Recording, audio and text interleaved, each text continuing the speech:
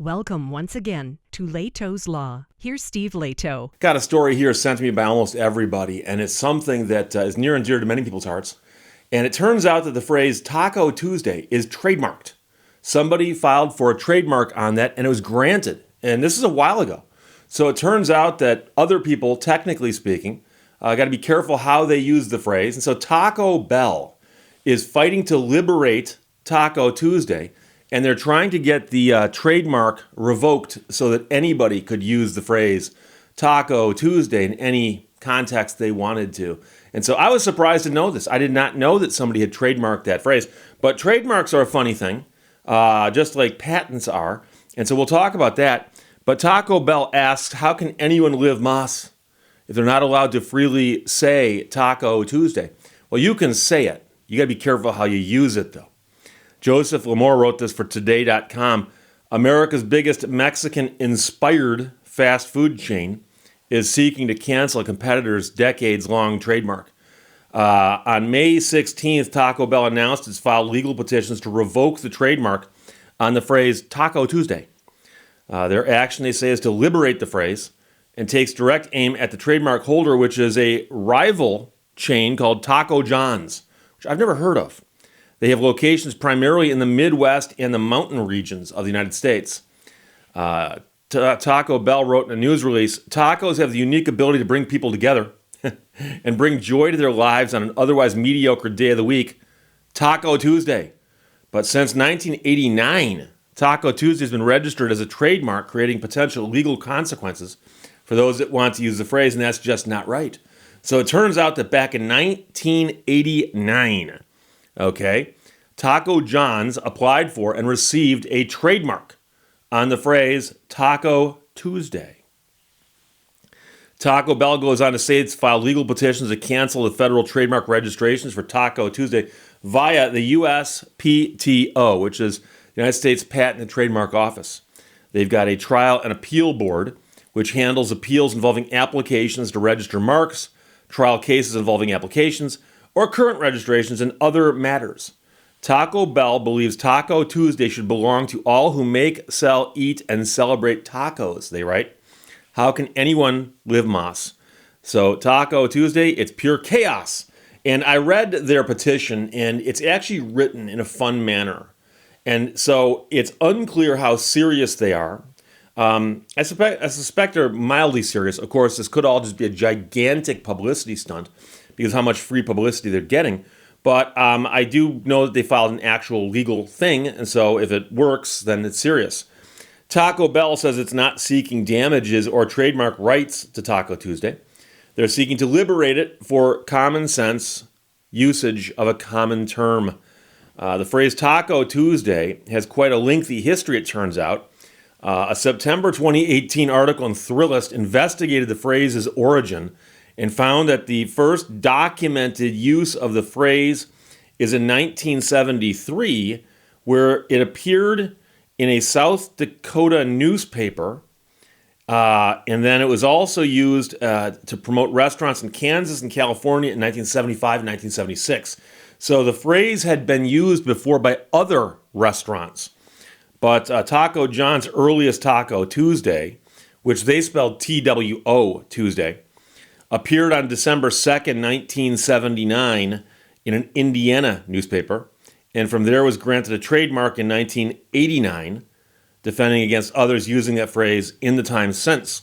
Now, LeBron James apparently has weekly taco night celebrations with family, and he attempted trademarking the phrase in 2022, which was denied by the USPTO on the basis that, of course, Taco Tuesday is a commonplace term.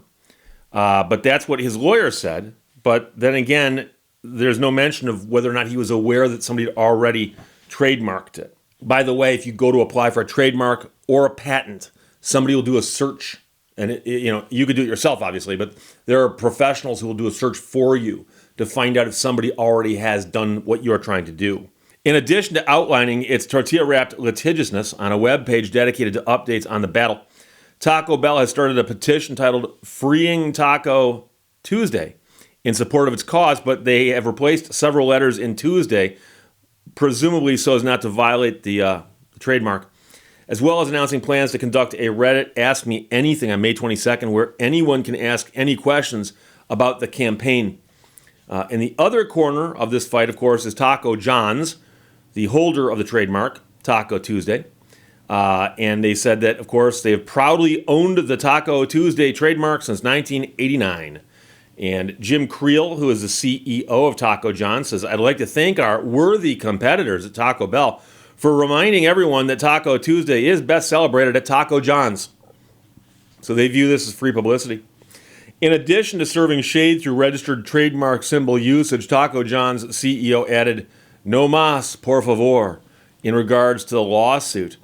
And amid this fight between the taco houses, Taco John's has also announced a special Taco Tuesday deal. For $2, Bigger, Bolder Rewards members can score 2 crispy or soft shell tacos every day, all day, from now until May 31st through the chain's mobile app.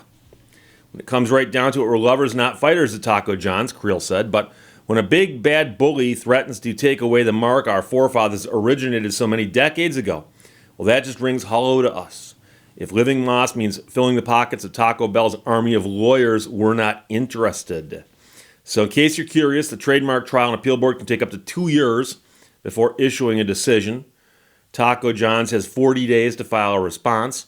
And if they can't reach an agreement, the case will move to discovery and they get to litigate it. And it's a lot of fun. I'm joking. Trust me, it sounds like a lot of drudgery.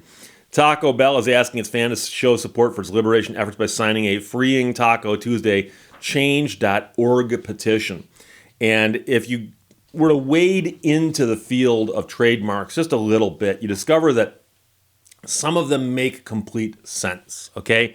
So Ford, the Ford Motor Company, years ago, came up with this script that they used to spell out the word Ford, 4-letter word, F-O-R-D. So they trademark that, and they put that on their cars and their products. So people see the Ford script and they go, oh, that's a Ford product made by Ford Motor Company out of Dearborn, Michigan. Coca-Cola, of course, has the script likewise for spelling out Coca-Cola. As you can imagine, they've had that trademark for a while and they protect it. But if you look up silly or stupid trademarks, just for fun, Google the phrase stupid trademarks. And you'll discover that people have tried trademarking some things where you look at it and go, really? You guys thought you could get a trademark for that? So apparently Walmart at one point in time tried to trademark the smiley face. And they use the smiley face in their stores next to prices to indicate, I guess, that their prices will make you happy. And smiley faces, of course, have been around for a long, long time in other settings. Walmart certainly didn't originate the use of the smiley face. Now, they may have originated its use in connection with pricing on the actual price tags or the displays in stores. I guess the USPTO did not think that would be enough to grant them that trademark. The woman off of Jersey Shore named Snooki, and I'm not a big fan of the show. I've not actually ever seen it, but I've heard about it. Snooki attempted to trademark her name, Snooki. And it turns out that there's a character in a children's book named Snooki. And so they denied that one. And then, of course, most famously, and I've mentioned this one before, I'm sure, Harley Davidson attempted to file a trademark claim on the sound their engines make. And they said that their engines were so distinctive sounding that the sound itself was a trademark. And that was, of course, denied. Other motorcycle manufacturers said that really isn't something you should be able to trademark at all to begin with. And I believe the USPTO actually came back on that one and just said, yeah, a trademark is something that you can see. And so the idea that you can hear something as a trademark doesn't quite fly. I also have to mention, having worked in radio for a long time, that I remember the fights over the word Rocktober. And so some radio stations going into the month of October, was what we call it, would start playing different music in October. And quite often it wasn't that the music was so different, it was just how it's formatted. So quite often in Rocktober, for instance, they would play 10 songs in a row every hour without a commercial break. Or, they'd play twofers, where they play 2 by each band, that kind of thing. And Rocktober was, a celebration of rock and roll. by stations that were already playing rock and roll. But there were some markets that had more than one rock and roll radio station. So what would happen is Rocktober would work really, really well at one station. And the next year, or sometime about June or July, somebody would go, we should do Rocktober. Let's do it. So they would announce earlier than the other radio station, we're doing Rocktober this year. And somebody go, hey, that's us. That's our thing. That's our thing. And well, it could be your thing, but did you trademark it? And so I remember the fights over that, and I don't know for a fact that anybody ever actually resolved that. It was actually much ado about nothing. But I also do remember, and I've spoken about this recently, Scott Shannon, the disc jockey, went to Los Angeles from New York. He'd been a huge star in New York. And when he went to Los Angeles, Pirate Radio, which I actually just happen to have for some odd reason, a bumper sticker right here. When he went there, he did not do so well.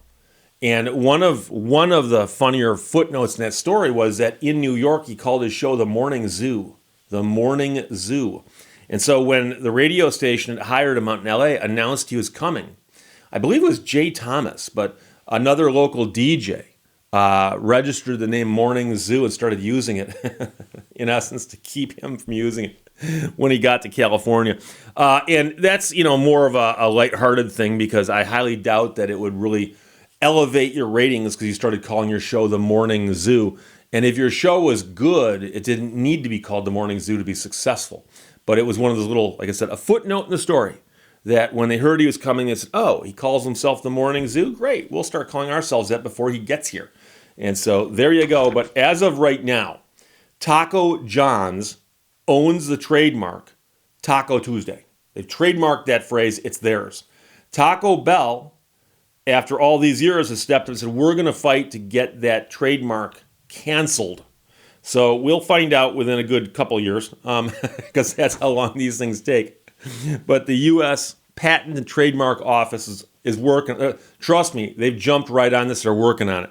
So it's from today.com. Joseph Lamore wrote that, and everybody sent it to me. Questions, comments, put them below. Let's talk to you later. Bye-bye. Thank you for watching Lehto's Law. Minimalism is asking why before you buy.